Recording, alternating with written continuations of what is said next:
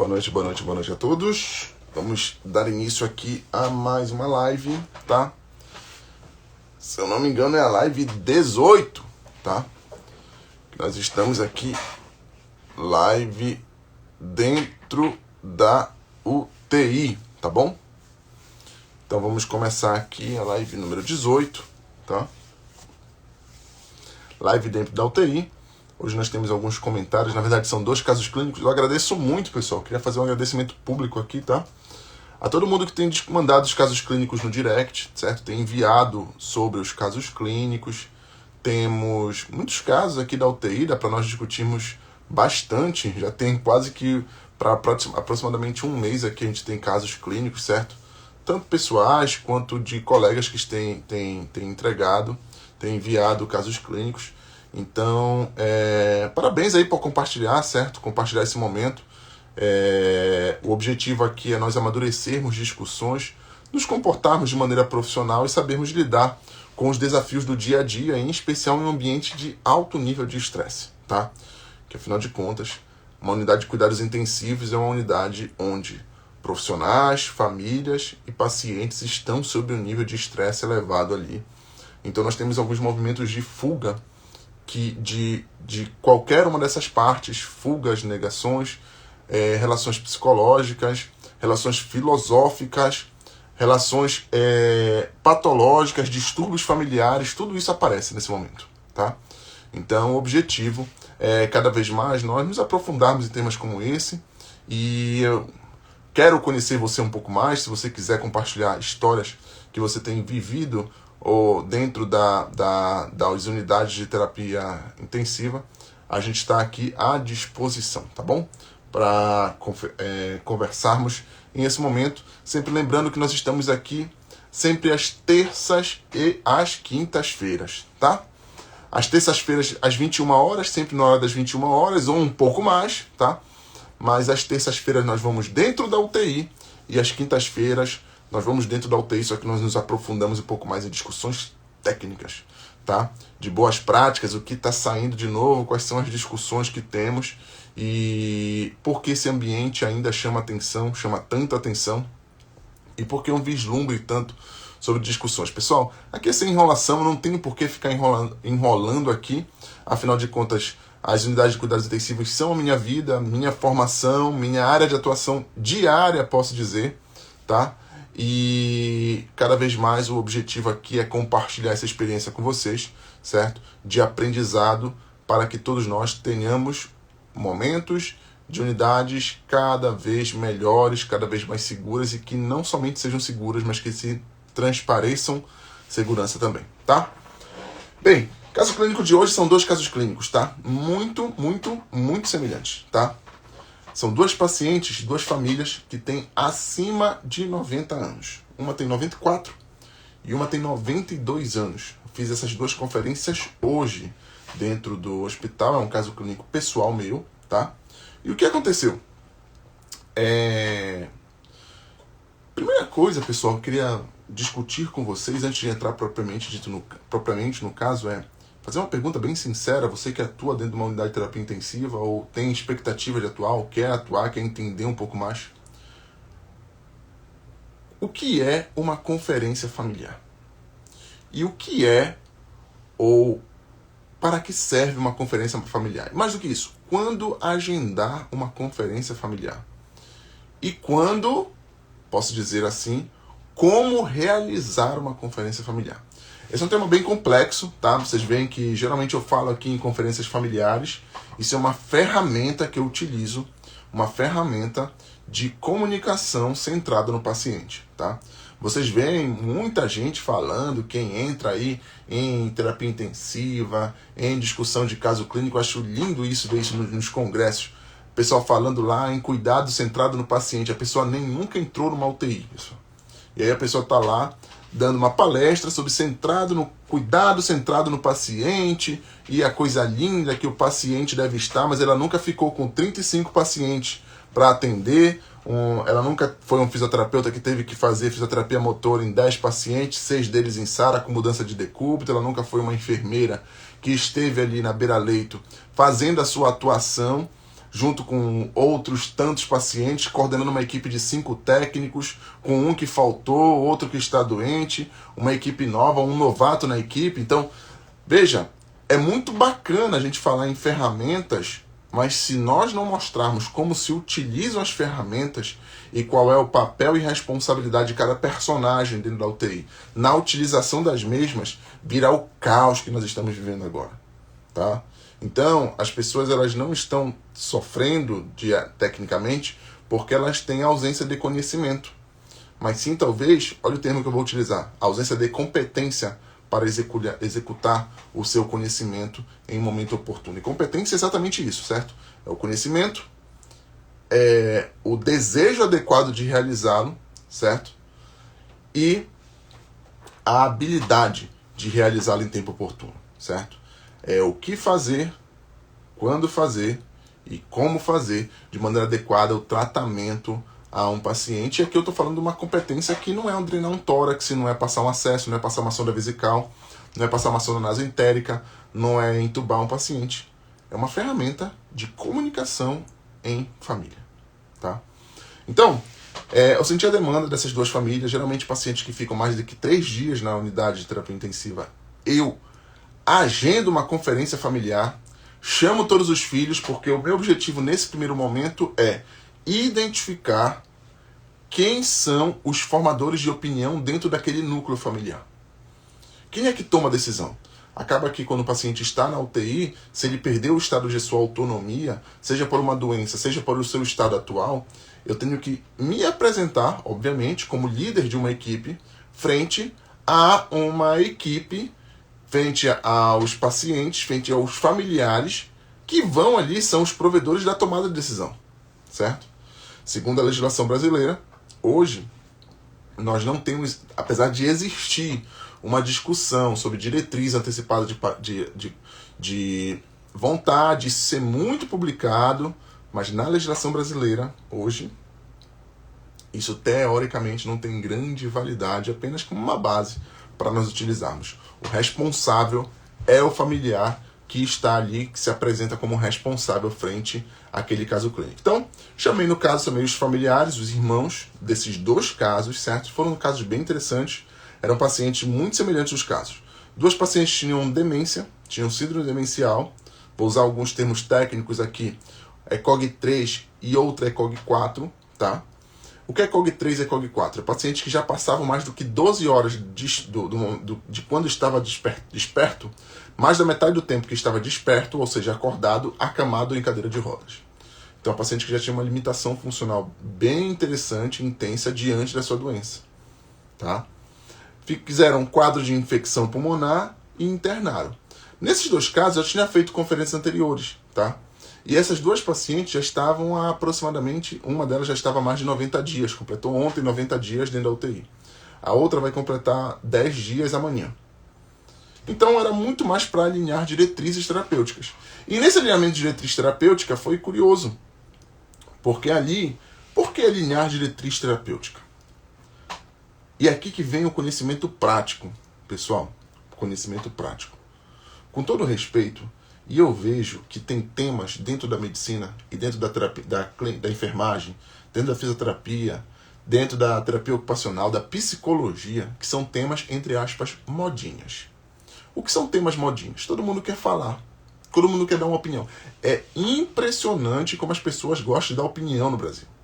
E às vezes a opinião, nós tínhamos um exemplo que eu gostava muito quando a gente estava na residência, que era o famoso colega que era o colega da orelhada. O que é o colega da orelhada? Era aquele colega que nunca pegou um livro para estudar, ele nunca se aprofundou em um artigo, mas ele tem uma opinião.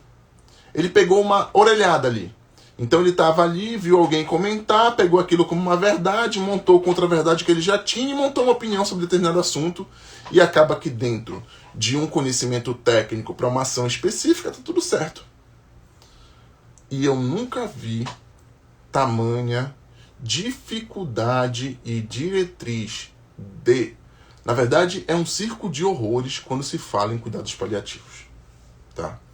Cuidados paliativos, hoje, é uma situação extremamente delicada em termos de abordagem. E sabe por quê? E pelo menos para mim isso é muito claro. Porque eu quero discutir o cuidados paliativos dentro da medicina. Eu quero discutir dentro do quadrado da medicina. Ou seja, eu pego ali e discuto o cuidado paliativo, aquele meu paciente está em cuidados paliativos, tá, perfeito.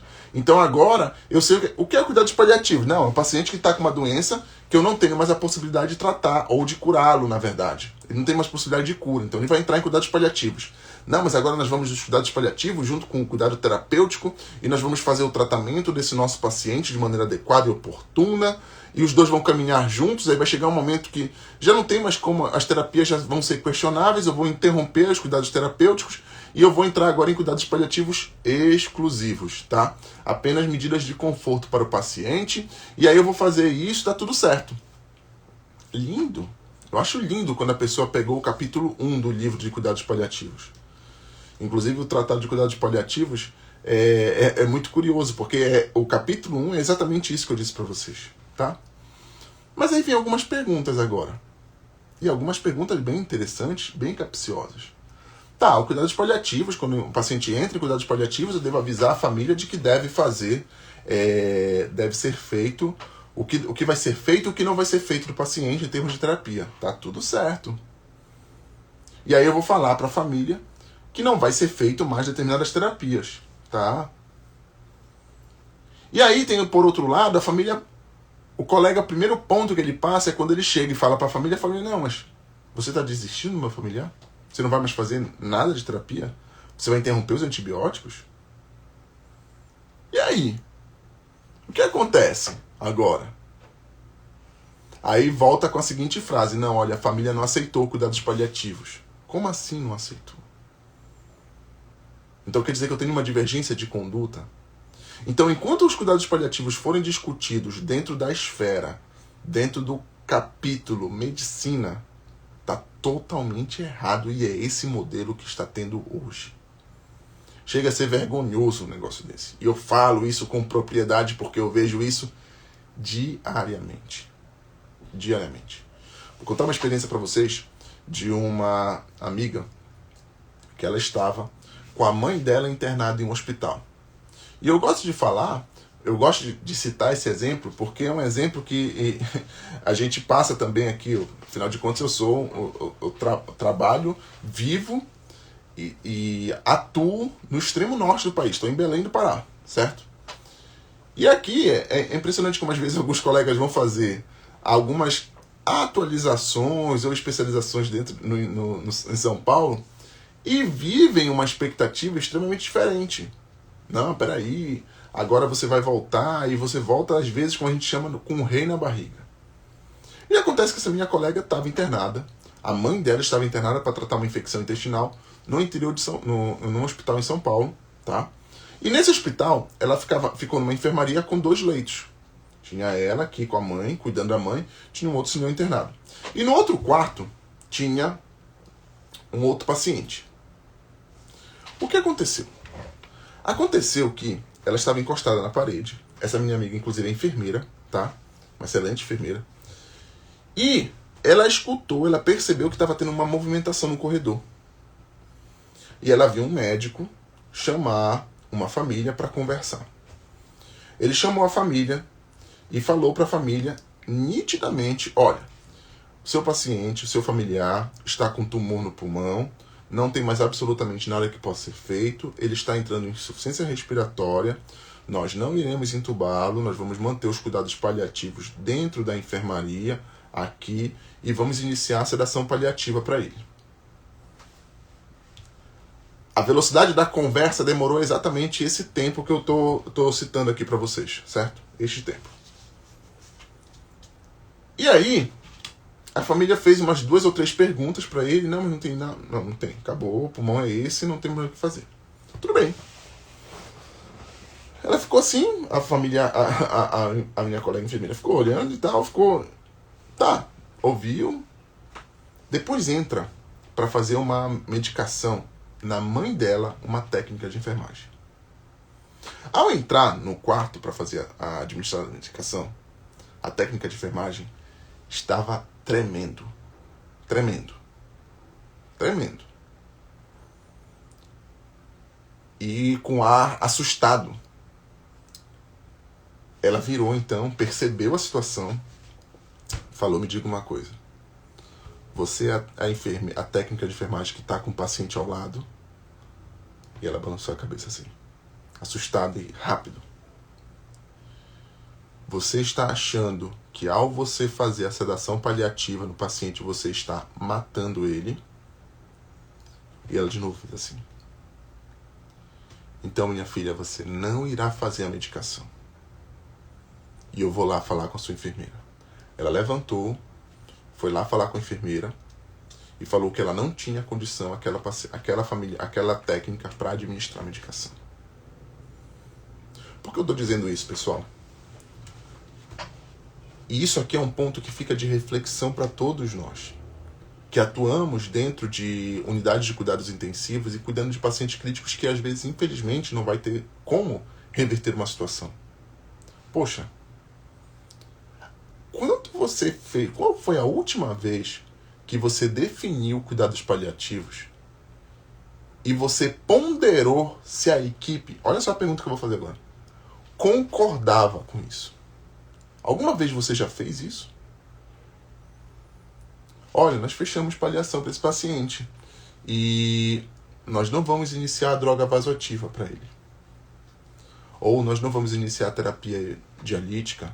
Ou, eventualmente, nós não vamos iniciar, nós vamos suspender o suporte nutricional. Ou nós não vamos iniciar antibiótico, porque apesar de ter indícios infecciosos, ele não está desconfortável. Quando foi que você fez isso?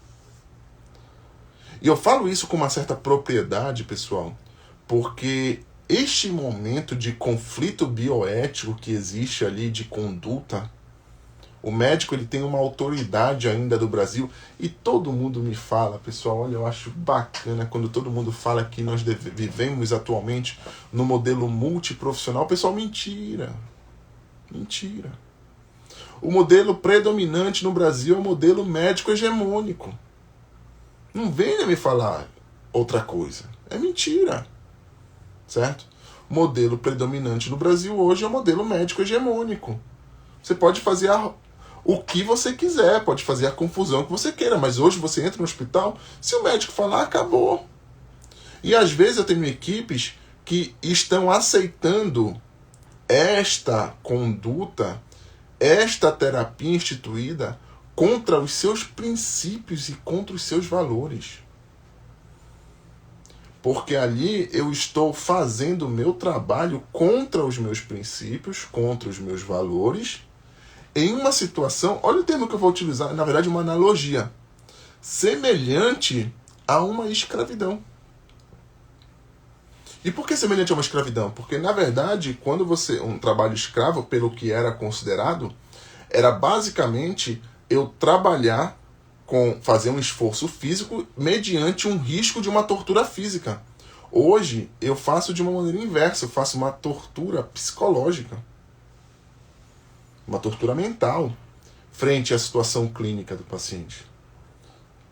Então, é muito importante que, número 1, eu identifique o momento de realizar uma conferência, realize a conferência com a família,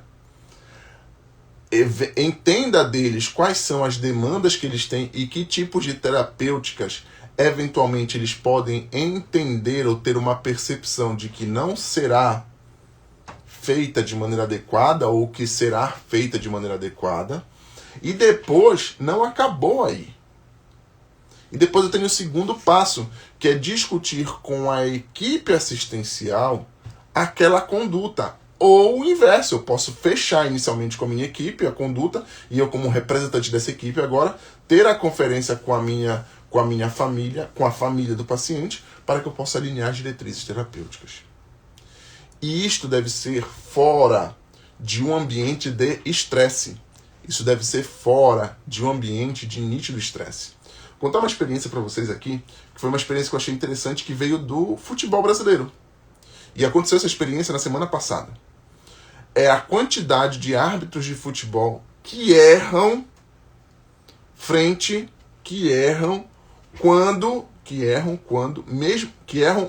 a análise do VAR. Ou seja, eu tenho a situação na minha frente, eu tenho uma câmera na minha frente, eu tenho uma análise de vídeo na minha frente, câmeras de alta qualidade, e mesmo assim eu erro. Pessoal, como é que pode um negócio desse? Quem assiste futebol, quem gosta de futebol, quem é amante de futebol, não consegue entender um negócio desse.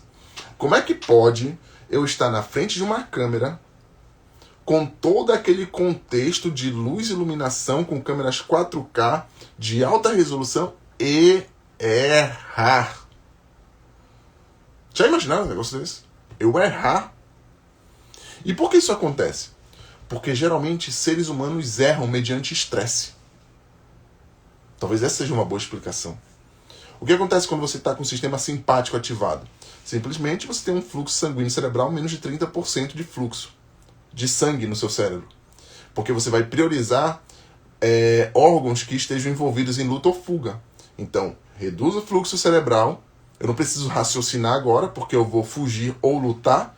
É um ou outro, fugir ou lutar, tá? E o segundo ponto, eu vou priorizar determinados órgãos do meu corpo. Então eu vou valorizar a musculatura, vou valorizar pulmões e coração. Esta é a base do sistema simpático ativado. Então quando eu estou com o sistema simpático ativado, acontece exatamente isso. E por que essas conferências familiares, por que essas conversas devem ser livres ou devem ser fora de um contexto de estresse agudo do paciente? Elas devem ser antes de um paciente, idealmente antes de um adoecimento ou antes de uma piora clínica terminal, em fase final, porque você vai ter um julgamento equivocado naquele momento. Diante de uma pressão da família, diante de uma pressão de uma equipe, diante de uma pressão pessoal que você possa ter. Então é por isso que você deve fazer isso fora de um contexto, fora de um ambiente, preferivelmente um ambiente isolado, tá? O local de conferência, o seu comportamento, a sua postura é fundamental. E principalmente, leitura corporal dos envolvidos, entendendo as angústias do que estava acontecendo. Eu finalizo hoje contando uma experiência que foi bem curiosa. Em uma das conferências que eu realizei, eu olhei nitidamente para a filha de uma das pacientes. E nós falamos ali rapidamente sobre o que deveria ser feito e quais seriam as terapias que nós estávamos caracterizando como terapias que eventualmente seriam fúteis em termos de realização. E quando eu falei em uma terapia especial, que era não o início de droga vasoativa para medicações de controle de depressão, eu percebi no olhar dela e pela forma como ela se ajeitou na cadeira, que ela ficou extremamente angustiada com aquilo. Extremamente angustiada. E essa angústia, este aqui é uma arte que, de certa forma, todos nós devemos enfrentar. Eu sempre cito o Ítalo Marcílio, que foi um ponto que ele... Eu acho que ele foi muito feliz na colocação dele quando ele citou um ponto que todos nós nos preparamos para um momento de solidão extrema que é a morte. Todos, em um momento da nossa vida, encontraremos a morte. A discussão é como nós estaremos lá naquele momento, ou até lá. Então, em um momento como esse de morte, que todos irão encontrar, sejam de entes queridos, seja a nossa, este momento aqui, ele ocorrerá um processo de luto natural após o evento. O problema é que hoje, infelizmente, pela forma como nós estamos conduzindo e pelas narrativas formadas do entorno da assistência, esse luto tem se transformado em um trauma. O que era para ser uma vivência de um luto se transformou na vivência de um trauma. E tem muitos mecanismos patológicos envolvidos nisso, mas que devem ser avaliados e principalmente como os profissionais de saúde que atuam nesse momento podem fazer para evitar que situações de luto se transformem em trauma ou minimizarem essa ocorrência. Tá bom? Então, pessoal, eu trouxe essas reflexões para vocês hoje, tá? E aí, na quinta-feira nós nos encontramos novamente para mais um tópico de discussão, e lá nós vamos falar especificamente sobre cuidados dentro da unidade de cuidados intensivos, tá bom? Espero que vocês tenham gostado. Fiquem com Deus e até mais, pessoal. Tchau, tchau.